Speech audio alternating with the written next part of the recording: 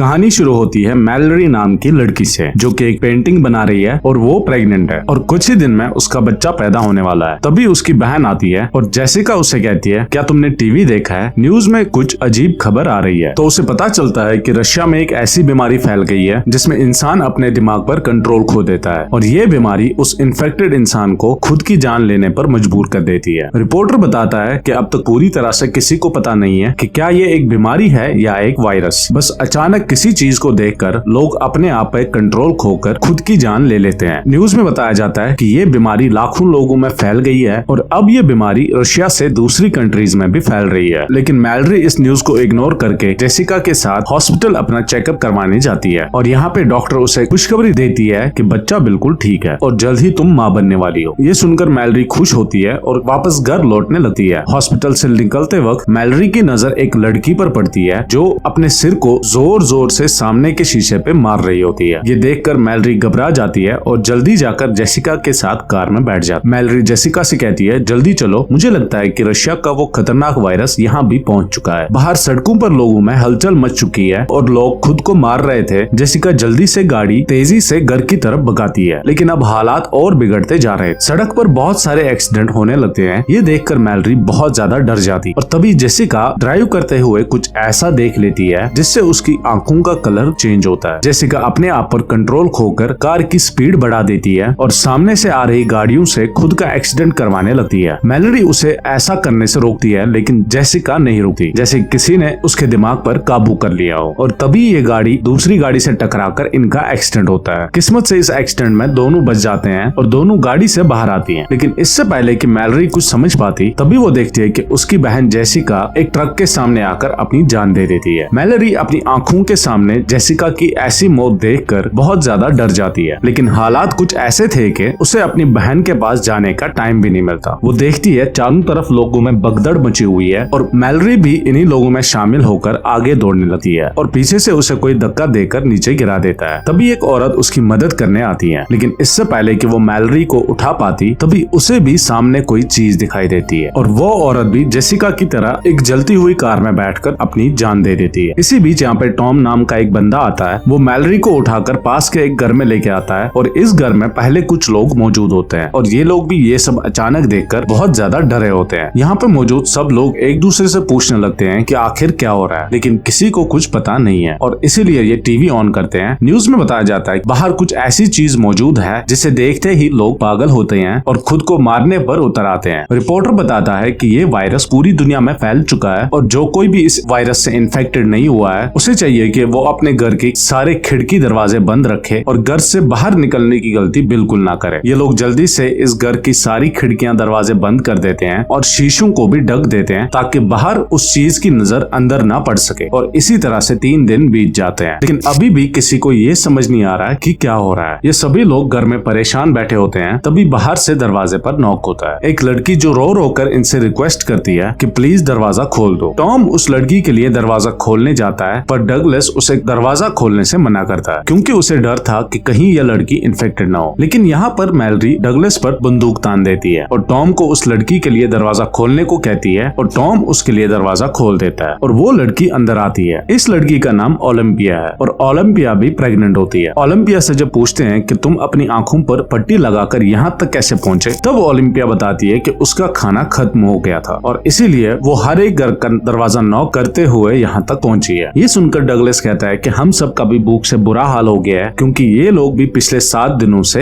इसी घर में फंसे हुए हैं और ये लोग सोच रहे हैं कि बाहर से खाना कैसे लाया जाए, जबकि घर से कुछ ही दूर पर एक सुपरमार्केट है, लेकिन वहाँ तक बिना देखे पहुँचना एक बड़ी प्रॉब्लम होती है। तब इस घर का मालिक कहता है कि घर के बाहर सीसीटीवी कैमरास लगे हुए हैं। अगर हम सीसीटीवी कैमरास के जरिए उन मॉन्स्टर्स का लोकेशन पता लगा ले तो हम उन मॉन्स्टर्स से छुपकर सुपरमार्केट तक पहुंच सकते हैं। ये कहता है कि मुझे नहीं लगता कि इस मॉन्स्टर को स्क्रीन पर देखने से भी कोई इन्फेक्टेड हो सका है, लेकिन बाकी सब इसे ऐसा करने से मना कर देते हैं। तब घर का मालिक कहता है कि अगर हमने ये कदम नहीं उठाया तो हम सब भूख से मर जाएंगे। ये सुनकर बाकी लोगों को भी उसकी बात सही लगती है। सब लोग इसे चेयर के साथ रस्सी से बांध लेते हैं ताकि अगर ये इन्फेक्टेड भी हो जाए तो ये खुद को न मार सके, क्योंकि उस मॉन्स्टर को जो भी देख लेता है वो खुद को मारने पे उतर आता है। इसके बाद बाकी लोग इसे यहीं पर छोड़कर दूसरे रूम में चले जाते हैं और ये बंदा स्क्रीन की तरफ देखने लगता है। कुछ देर बाद हमें स्क्रीन पर एक हवा का झोंका नजर आता है और हम देखते हैं कि उसके चेहरे के एक्सप्रेशंस बदलने लगते हैं। देखते ही देखते उसकी आंखों का कलर चेंज होता है और कुछ देर बाद उस रूम से जोर से चिल्लाने की आवाजें आती हैं और ये सुनकर बाकी लोग इसके पास आते हैं, लेकिन इनके पहुंचने से घर का मालिक अपने आप खुद का सिर सामने के एक टेबल से पटक के खुद को मार देता है। ये सब देखकर वो लोग बहुत ज्यादा डर जाते हैं और यहाँ पे इन्हें ये बात समझ आती है कि चाहे इस मॉन्स्टर को स्क्रीन पे देखो या फिर आंखों के सामने, ये आपको मार कर ही रहेगा। इसके बाद ये लोग मॉनिटर स्क्रीन को तोड़ देते हैं ताकि गलती से भी इनकी नजर उस मॉन्स्टर पर ना बढ़ सके। इस तरह से एक दिन और गुजर जाता है और अब उनका भूख से बुरा हाल हो चुका था और अब ये लोग सुपरमार्केट तक जाने का एक दूसरा प्लान बनाते हैं। टॉम कहता है कि हम जीपीएस का इस्तेमाल करके कार के जरिए सुपरमार्केट तक पहुंच सकते हैं। इसके बाद ये लोग कार के शीशे पेंट से ढक देते हैं ताकि ना ये लोग बाहर का नजारा देख सके और ना ही बाहर से कोई अंदर देख सके। इसके बाद 5 लोग जीपीएस की मदद से गाड़ी लेकर बाहर निकलते हैं और धीरे धीरे बिना आगे की सड़क नजर आए जीपीएस की मदद से आगे बढ़ते हैं। यहाँ पे हम देखते हैं कि पूरा शहर वीरान हो चुका है, चारों तरफ सड़क लाशों से भर चुकी है और कुछ दूर आगे जाने के बाद कार तेजी से वाइब्रेट करने लगती है और कार के सेंसर से पता चलता है कि कार को चारों तरफ उन मॉन्स्टर्स ने घेर लिया है। लेकिन टॉम हार नहीं मानता और गाड़ी को आगे बढ़ाता है और जैसे तैसे करके ये लोग स्टोर तक पहुंच जाते हैं, जहाँ पर ये लोग अपनी आंखों पर पट्टी बांधकर कार से उतरते हैं और स्टोर तक पहुंच जाते हैं। अंदर आकर ये लोग सबसे पहले खिड़की दरवाजे बंद करते हैं और फिर ये लोग अपनी आंखों से पट्टियां उतार देते हैं। इस स्टोर में खाने पीने और जरूरत की तमाम चीजें मौजूद होती हैं और इसे देखकर ये सब लोग बहुत खुश होते हैं और हर एक बंदा जितना हो सके उतना राशन इकट्ठा कर लेता है। यहाँ पर हम मैलरी और टॉम को देखते हैं जो एक दूसरे से बातें कर रहे होते हैं। टॉम एक अच्छा इंसान था और टॉम ने मैलरी की जान भी बचाई और इनकी बातों से हमें पता चलता है कि ये लोग एक दूसरे को पसंद करने लगे हैं। इसके बाद ये दोनों भी खुद के लिए जरूरत की चीजें ढूंढ लेते हैं। मैलरी को एक पिंजरे में 3 बर्ड्स मिलते हैं जिन्हें वो अपने साथ रख लेती है और तभी स्टोर का दरवाजा कोई नॉक करता है, लेकिन ये लोग डर के मारे उस आदमी का दरवाजा नहीं खोलते। तब वो आदमी रो रो कर रिक्वेस्ट करता है कि प्लीज दरवाजा खोल दो। अब इन लोगों को उस आदमी पर तरस भी आता है और उन्हें डर होता है कि कहीं ये आदमी इन्फेक्टेड ना हो और ये लोग पहले से उस आदमी के लिए दरवाजे पर तैयार होते हैं ताकि अगर ये आदमी इन्फेक्टेड हो तो ये लोग उसे मार देंगे। ये लोग जैसे ही दरवाजा खोलने लगते हैं तो वो आदमी जबरदस्ती अंदर आने लगता है और कहता है कि ये मॉन्स्टर बहुत ही खूबसूरत है, तुम सभी को इसे देखना चाहिए। और ये सुनकर ये समझ जाते हैं कि ये आदमी भी इन्फेक्टेड है। अब उनके पास इस आदमी को बाहर निकालने का कोई रास्ता नहीं था, इसलिए चार्ली सबको बचाने के लिए उस आदमी को धक्का देकर बाहर धकेल देता है और खुद भी उसके साथ बाहर चला जाता है। बाहर वो बंदा चार्ली को बुरी तरह से मार देता है और चार्ली अपने साथियों की जान बचाने के लिए खुद की जान दे देता है। यहाँ मैलरी नोटिस करती है कि जब वो मॉन्स्टर्स करीब होते हैं तो परिंदे शोर करने लगते हैं और ये बर्ड्स उनके लिए एक बड़ा सहारा बनेंगे। इसके बाद बाकी बचे 4 लोग राशन लेकर वापस लौट आते हैं और उन सबको चार्ली की मौत का बहुत दुख होता है। अब रात होती है और हम देखते हैं सभी लोग अपने अपने रूम में चले जाते हैं और तभी बाहर दरवाजे पर कोई नॉक करता है और ओलंपिया को जब पता चलता है कि बाहर दरवाजे पे कोई है तो वो बिना सोचे समझे उस आदमी को घर के अंदर ले आती है, लेकिन तभी मैलरी उसे देख लेती है और उसे शूट करने की धमकी देती है और यहाँ पर दूसरे लोग भी अपने कमरों से बाहर निकल आते हैं और एक अनजान आदमी को देखकर ये लोग डर जाते हैं और ओलंपिया पर चिल्लाने लगते हैं कि तुमने इस आदमी को अंदर क्यों लाया। ओलंपिया कहती है कि मैं अकेले बाहर रह चुकी हूँ और मुझे पता है बाहर अकेले रहना कितना मुश्किल है और इसीलिए मुझे इस आदमी पर तरस आकर मैंने इसे अंदर लाया। ये आदमी जिसका नाम गैरी है वो कहता है कि प्लीज मुझे घर से बाहर नहीं निकालो। वो कहता है कि मेरे घर में कुछ साइको लोग घुस आए थे जिन्होंने मेरे दोस्तों की आंखें जबरदस्ती खोल दी और उन्हें उस शैतान को दिखा दिया जिसे देखते ही मेरे सारे दोस्तों ने सुसाइड कर लिया, पर मैं किसी तरह बचकर भागते भागते यहाँ तक पहुँच गया। यहाँ हमें पता चलता है कि जो कोई भी उस शैतान को देख लेता है तो वो शैतान इस इंसान को कुछ ऐसा दिखाता है जिससे वो बहुत ज्यादा डर जाता है। मतलब ये शैतान उस इंसान को उसकी जिंदगी का सबसे बड़ा दुख और फिर नुकसान दिखाता है और ये दुख इतना गहरा होता है कि वो सह नहीं पाता। अचानक से बहुत ही ज्यादा डिप्रेशन में जाकर ये इंसान खुद को मार देता है। यहाँ गैरी ये भी बताता है कि उन साइको लोगों की आंखों पर पट्टी नहीं थी बल्कि वो उस शैतान को देखकर खुश हो रहे थे। गैरी की ये बातें सुनकर हमें पता चलता है कि वो शैतान उस इंसान को नहीं मार पाता जो अपनी जिंदगी में पहले से बहुत ज्यादा दुखी होता है, क्योंकि वो पहले से ही अंदर से टूटा होता है और जो पहले से ही डिप्रेशन में हो उस पर शैतान की इस चाल का ज्यादा असर नहीं होता, बल्कि शैतान उसे अपना गुलाम बना देता है ताकि इंसान के रूप में रहते हुए ये लोग और इंसानों का शिकार कर सके। अब क्या गैरी भी उस शैतान का पपेट है या इन्हीं की तरह एक आम इंसान, ये हमें कहानी में आगे पता चले। ये सब लोग गैरी को घर में रहने की इजाजत दे देते हैं, लेकिन डगलस को गैरी पर बिल्कुल भरोसा नहीं होता और वो गुस्से में गन लेकर उसे बाहर निकलने की धमकी देता है। और तभी पीछे से शर्ला आकर डगलस को किसी चीज से मारकर उसे बेहोश कर देती है और सब मिलकर डगलस को दूसरे कमरे में बंद कर देते हैं और गैरी सबका शुक्रिया अदा करता है। इसके बाद अगले दिन मैलरी और ओलंपिया दोनों को एक साथ लेबर पेन शुरू हो जाते हैं। टॉम और शर्ला इन दोनों की मदद करते हुए दोनों को ऊपर के कमरे में ले जाते हैं, लेकिन गैरी नीचे ही रहता है और उसकी हरकतें भी कुछ अजीब सी होने लगती हैं। वो शैतान की ढेर सारी तस्वीरें निकाल कर टेबल पे रख देता है और उसकी आंखें देखकर हमें पता चलता है कि गैरी भी शैतान के कंट्रोल में है। इसी बीच मैलरी और ओलंपिया को बच्चे पैदा होते हैं। ओलंपिया को बेटी हुई है और मैलरी को एक बेटा। लेकिन नीचे पिंजरे में बंद पंछी शोर करने लगते हैं, जिससे गैरी तंग होकर पिंजरे को उठाकर फ्रिज में बंद कर देता है और खिड़कियों पर लगे पेपर्स को उतार देता है। और डगलस उसकी हरकतें देखकर समझ जाता है कि वो भी एक शैतान का पपेट है, जो कि शैतान के कहने पर मरते नहीं बल्कि शैतान के कहने पर दूसरों की जान लेते हैं। डगलस चिल्लाकर बोलता है कि मैंने कहा था इस बंदे को घर से बाहर निकाल दो, और डगलस की आवाज सुनकर टॉम नीचे आता है। लेकिन तभी गैरी पीछे से आकर टॉम के सिर पर वार करके उसे बेहोश कर देता है। इसके बाद गैरी डगलस से भी छुटकारा पाने के लिए उसकी तरफ बढ़ता है, लेकिन तभी उसके कानों में बच्चों की आवाजें आती हैं और इसीलिए वो डगलस को छोड़कर ऊपर मैलरी और ओलंपिया के कमरे में जाता है, जहां वो खिड़कियों पर लगे सभी पेपर्स को हटा देता है। और जैसे ही ओलंपिया बाहर देखती है वो शैतान के वश में आती है और अब मैलरी को समझ आता है कि ओलंपिया अब किसी तरह से खुद को मार कर ही रहेगी, इसलिए वो ओलंपिया से उसकी बेटी छीन लेती है और तभी ओलंपिया खिड़की से कूदकर अपनी जान दे देती है। उसके बाद गैरी शर्ला को पकड़कर जबरदस्ती उसकी आंखें खोल देता है और वो भी इन्फेक्टेड होकर खुद को खत्म कर लेती है। अब गैरी मैलरी की तरफ बढ़ता है, लेकिन उसने अपने आप को और दोनों बच्चों को चादर से छुपा रखा था और अभी तक वो ठीक है। और गैरी उसे चादर छीनकर बाहर देखने के लिए उकसाने लगता है, लेकिन तभी वहां डगलस बंदूक लेकर पहुंचता है और अपनी आंखें बंद करके गैरी को शूट करने की कोशिश करता है। पर गैरी को पता है कि डगलस को नजर नहीं आ रहा है और वो मौके का फायदा उठाकर डगलस को अपने साथ ऊपर के फ्लोर से नीचे ग्राउंड फ्लोर पर गिरा देता है। गैरी डगलस को सीजर से मार देता है और ये कहता है कि तुम उस शैतान की खूबसूरती को नहीं देख पाओगे। इसी बीच टॉम को होश आता है और किसी तरह शॉटगन उठाकर गैरी को मारकर खत्म कर देता है। इसके बाद टॉम ऊपर जाकर मैलरी और बच्चों को शांत करता है। अब सिर्फ टॉम, मैलरी और 2 बच्चे जिंदा बचे थे। इसके बाद 5 साल के बाद का सीन दिखाया जाता है, जहां मैलरी और टॉम अब रिलेशनशिप में है और बच्चे भी बड़े हो चुके हैं, लेकिन खतरा अभी तक टला नहीं। बाहर अभी भी लोग शैतान के चंगुल में घूम रहे थे और वो नॉर्मल इंसानों को पकड़कर मार डालते थे। ये लोग पिछले 5 सालों से इसी तरह से चुपचाप जिंदगी गुजार रहे हैं। मैलरी ने बच्चों को इस मुश्किल सिचुएशन में सरवाइव करने के सभी रास्ते सिखा दिए हैं। यहाँ आप लोगों को पता चल गया होगा कि जो लड़का है वो मैलरी का अपना बेटा है और जो लड़की है वो ओलंपिया की बेटी है। एक दिन रेडियो से आवाज आती है जिसमें रिक नाम का एक आदमी बताता है कि हम जहाँ पर है ये जगह पूरी तरह से सेफ है। यहाँ हमारी एक कॉलोनी है, इस कॉलोनी में खाने पीने की सारी फैसिलिटीज मौजूद हैं। वो आदमी बताता है कि अगर तुम लोग यहाँ पे आना चाहते हो तो नदी के बहाव के साथ आओ। जहाँ नदी का बहाव तेज होगा वहीं अंदर जंगलों में हमारी कॉलोनी मौजूद है। वहाँ बहुत सारे बर्ड्स हैं जिनकी आवाज सुनकर तुम हमें ढूंढ सकते हो, और हाँ, नदी के बहाव के साथ आने में तुम्हें यहाँ 2 दिन लगेंगे। टॉम उस आदमी पर भरोसा करके वहाँ जाना चाहता था, पर मैलरी वहाँ जाने से मना करती है। वो कहती है कि ऐसा भी हो सकता है कि वो इंसान इन्फेक्टेड हो जो हमें यहाँ से निकाल कर मार देना चाहते हैं। रात को टॉम मैलरी को समझाता है कि अगर हमें जिंदा रहना है तो हमें वहाँ जाना ही पड़ेगा। आखिर हम लोग कब तक यहाँ तक ऐसे अंधी जिंदगी गुजारेंगे। अगले दिन जब ये लोग सामान लेने बाहर जाते हैं तभी कुछ साइको लोग इन लोगों पे हमला कर देते हैं। टॉम मैलरी और बच्चों को समझाता है कि यही वक्त है यहाँ से निकलने का। मैं उन लोगों को बातों में उलझाता हूँ, तुम लोग चुपके से पीछे के रास्ते से यहाँ से निकल जाओ और नदी से होते हुए रेडियो की बताई हुई जगह पर पहुँच जाना। लेकिन मैलरी टॉम को इस तरह अकेला छोड़कर नहीं जाना चाहती थी। तब टॉम कहता है कि हमें जिंदा रहने के लिए किसी एक को अपनी जान देनी पड़ेगी। इसके बाद टॉम मैलरी और बच्चों को पीछे के रास्ते से निकाल देता है और खुद अपने आंखों पर पट्टी बांधकर शॉटगन लेके उन साइको लोगों के सामने आता है। ये लोग टॉम को पट्टी हटाने के लिए कहते हैं, लेकिन टॉम उन्हें बातों में उलझाने की कोशिश करता है ताकि मैलरी बच्चों को लेकर यहाँ से निकल सके। पर तभी वो मैलरी को जाते हुए देख लेते हैं। अब इससे पहले कि ये लोग मैलरी को पकड़ने के लिए उसके पीछे जाते तभी टॉम गोलियां चलाकर 2 लोगों को मार देता है और इस दौरान वो खुद भी घायल होता है। और अब बिना देखे बाकियों को खत्म करना उसके लिए मुश्किल हो रहा था, इसलिए वो अपनी आंखों से पट्टी हटा देता है और वहाँ पे मौजूद 2 और लोगों को मार देता है। अब सिर्फ एक ही साइको इंसान होता है और जब टॉम उस आखिरी साइको इंसान को मारने के लिए जाता है तभी शैतान भी वहाँ पर पहुँच जाता है और वो शैतान टॉम को अपने वश में करने लगता है, लेकिन पूरी तरह से वश में आने से पहले टॉम उस आखिरी आदमी को भी मार देता है और फिर उसी गन से खुद भी अपनी जान ले लेता है। वहीं मैलरी भी आवाज सुनकर समझ जाती है कि टॉम अब मर चुका है। वो बहुत ज्यादा रोती है क्योंकि इस मुश्किल वक्त में टॉम ही उसका सहारा था। अब वो रेडियो पर बताए हुए पर जाने की तैयारी करने लगती है और वो बच्चों को समझाती है कि ये सफर बहुत मुश्किल होगा, लेकिन हमें जिंदा रहने के लिए वहाँ पर जाना ही होगा। और एक बात सुनो, चाहे जो कुछ भी हो जाए तुम दोनों को अपनी आंखों से पट्टी नहीं उतारनी है, वरना तुम दोनों मारे जाओगे। इसके बाद मैलरी खुद के और अपने बच्चों की आंखों पर पट्टी बांधकर नदी के रास्ते से निकल जाती है और रस्सी का सहारा लेते हुए नदी तक पहुंच जाती है, जहां ये लोग एक बोट में बैठकर नदी के बहाव के साथ आगे जाने लगते हैं। मैलरी अपने साथ उन बर्ड्स को भी रखती है। कुछ घंटे सफर के बाद मैलरी रेडियो के जरिए कॉलोनी वालों से बात करने लगती है, लेकिन तभी पिंजरे में बंद परिंदे शोर करने लगते हैं और उसी वक्त एक डरावनी आवाज बार बार मैलरी को पुकारने लगती है, पर वो सब कुछ इग्नोर करके आगे बढ़ना जारी रखती है और कुछ ही दूर जाने के बाद वो आवाज उसके और करीब आने लगती है। अब हम देखते हैं कि एक आदमी मैलरी के काफी करीब आकर उससे कहता है कि तुम अपनी आंखों से पट्टी निकाल दो, तुम यहाँ पर सेफ और मेरे पास खाना भी है। लेकिन मैलरी बच्चों को चादर से छुपाकर गन से चारों तरफ इधर उधर शूट करने लगती है, जिससे वो आदमी समझ जाता है कि मैलरी अपनी आंखों से पट्टी नहीं हटाएगी और इसलिए वो आदमी बोट के पास आकर मैलरी पर हमला कर देता है और जबरदस्ती मैलरी की आंखों से पट्टी हटाने की कोशिश करता है। और ये आदमी भी कहता है कि तुम्हें अपनी आंखों से पट्टी हटाकर उस शैतान को देखना चाहिए, वो बहुत ज्यादा खूबसूरत है। लेकिन मैलरी खुद को बचाने के लिए एक हथियार से उस पे हमला कर देती है और उसे मारकर वहाँ से निकलती है। इस तरह से सफर करते हुए मैलरी और बच्चों को 24 घंटे गुजर चुके थे और ये लोग बहुत ज्यादा थक जाते हैं। तभी अचानक ये बोट एक ट्रक से टकरा जाती है, जिससे उसका बेटा और खाने पीने का सामान पानी में गिर जाता है। अब मैलरी अपने बेटे को पानी में डूबने से तो बचा लेती है, लेकिन इनके पास जो खाने पीने की चीजें थी वो नदी में बह जाती हैं और ये देखकर मैलरी बहुत ज्यादा परेशान होती है, क्योंकि अगर उन्हें खाने पीने की चीजें नहीं मिली तो वो भूख से मर जाएंगे। इसलिए मैलरी खाना ढूंढने के लिए बोट को नदी के किनारे लगा देती है और बच्चों से कहती है चाहे कुछ भी हो जाए तुम दोनों बोट पर ही रहना और अपनी आंखों से पट्टी बिल्कुल भी नहीं हटाना। इसके बाद वो बोट से एक रस्सी बांधकर खाने पीने की चीजें ढूंढते हुए जंगल के बीच एक घर में पहुंचती है और वहाँ उसे कुछ खाने पीने की चीजें मिल भी जाती हैं। लेकिन सामान लेकर जब वो वापस लौट रही थी तभी वो शैतान उसके पीछे पड़ जाते हैं और मैलरी को इंसानों आवाज में बुलाने लगते हैं। मैलरी गोलियां चलाते हुए तेजी से वहाँ भागने लगती है। गोली की आवाज सुनकर ओलंपिया खुद को रस्सी से बांधकर बोट से उतर जाती है और मैलरी को ढूंढने के चक्कर में सीधे उस शैतान के पास चली जाती है। लेकिन तभी मैलरी उसे खींचकर वापस ले आती है और गुस्से में उसे डांटती है कि मैंने तुमसे कहा भी था कि बोट से मत उतरना। इसके बाद ये तीनों फिर से अपना सफर जारी रखते हैं और अब मैलरी और बच्चे 42 घंटे से लगातार सफर कर रहे हैं। मैलरी बच्चों को समझाती है कि अब नदी में एक ढलान आने वाली है, जिससे पानी का बहाव बहुत तेज हो जाएगा, इसलिए बोट को मजबूती से पकड़कर रखना। थोड़ी ही दूर आगे जाने के बाद नदी का बहाव तेज होने लगता है। ये लोग बोट को कसकर पकड़ लेते हैं, लेकिन ये रास्ता बहुत ही ज्यादा खतरनाक होता है। तभी अचानक उनकी बोट पलट जाती है और तीनों पानी में गिर जाते हैं। अब मैलरी अपने बेटे को तो पानी में पकड़ लेती है, लेकिन ओलंपिया की बेटी जमीन पर आ जाती है और वो मैलरी को पकड़ने लगती है। लड़की की आवाज सुनकर मैलरी उसे भी ढूंढ लेती है। इस तरह उन्होंने अपने सफर का सबसे मुश्किल रास्ता तय कर लिया था और अब उनकी मंजिल काफी करीब होती है। ये लोग जंगल में आगे बढ़ते हैं और तभी उन्हें परिंदों की आवाज भी सुनाई देती है, जिस तरह से उनको रेडियो में कहा गया था। ये लोग परिंदों की आवाज को फॉलो करते हुए उसी डायरेक्शन में चले जाते हैं, लेकिन तभी वो शैतान भी वहाँ पहुँच जाता है और उनका पीछा करने लगता है। वो शैतान उनको अपनी आंखों से पट्टी हटाने के लिए बहकाने की कोशिश करता है, लेकिन मैलरी बच्चों से कहती है कि आवाज पर ध्यान मत दो और आगे बढ़ते रहो। आगे बढ़ते दौरान अचानक मैलरी गड्ढे में गिर जाती है और बेहोश हो जाती है। बच्चे भी परेशान होते हैं कि मैलरी कहाँ गई और ये दोनों मैलरी को इधर उधर ढूंढने लगते हैं और मौके का फायदा उठाकर वो शैतान बच्चों को आंखों से पट्टी हटाने को कहता है। ये नासमझ बच्चे शैतान को मैलरी समझकर अपनी आंखों से पट्टी उतारने लगते हैं, पर तभी सही समय पर मैलरी होश में आती है और जोर से चिल्लाने पर बच्चों को पट्टी उतारने से रोक लेती है और उनकी आवाज को फॉलो करते हुए बच्चों के पास आ जाती है। इसके बाद मैलरी उन्हें पकड़कर बर्ड्स की आवाज को फॉलो करके आगे चलती है और इस बीच वो शैतान बिल्कुल उनके पीछे पड़ा हुआ था और हर तरह की कोशिश करके इन लोगों को कॉलोनी में एंटर करने से रोक रहा था। और ये लोग शैतान को इग्नोर करके फाइनली उस जगह तक पहुंच जाते हैं और मैलरी इन लोगों से जल्दी दरवाजा खोलने की रिक्वेस्ट करती है। वो लोग इन्हें अंदर अंदर ले आते हैं और सबसे पहले इनकी आंखें चेक करके कंफर्म किया जाता है कि वो इन्फेक्टेड है या नहीं। जब इन्हें पता चलता है कि ये इन्फेक्टेड नहीं है तो ये इन तीनों को कॉलोनी के अंदर ले आते हैं। मैलरी अपनी पट्टी हटाकर देखती है कि ये एक ब्लाइंड स्कूल है जहाँ ज्यादातर लोग देख नहीं सकते और इसलिए वो शैतान उनका कुछ नहीं बिगाड़ सका। यहाँ मैलरी की मुलाकात रिक नाम के एक बंदे से होती है। ये असल में वही बंदा है जिसने मैलरी और टॉम को रेडियो के जरिए यहाँ का लोकेशन दिया था। यहाँ बहुत सारे बर्ड्स भी पाले जाते हैं ताकि जब भी खतरा आए तो उन्हें वार्निंग मिलती रहे। मैलरी भी पिंजरे में बंद उन परिंदों को आजाद कर देती है और इसी के साथ ये कहानी खत्म होती है। उम्मीद करते हैं आपको ये कहानी पसंद आई होगी। Consider like, share and subscribe.